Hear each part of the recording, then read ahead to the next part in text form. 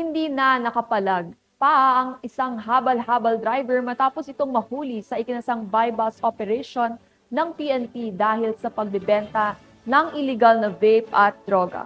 Yan ang ibabalita ni Patrolman Joel Can Amilasa.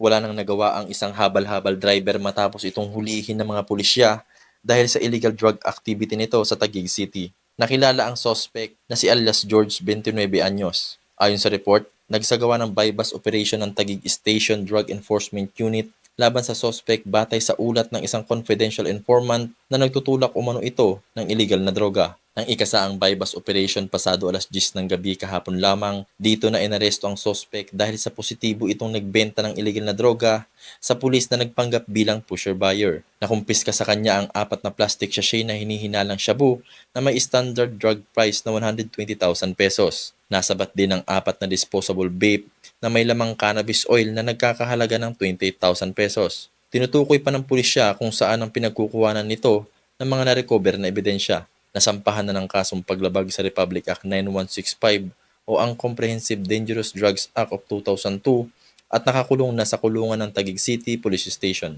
Mula dito sa Taguig City Police Station, ako ang inyong PNN correspondent, Patrolman Joel Canamilasan, alagad ng batas, taga-taguyod ng Balitang Pulis.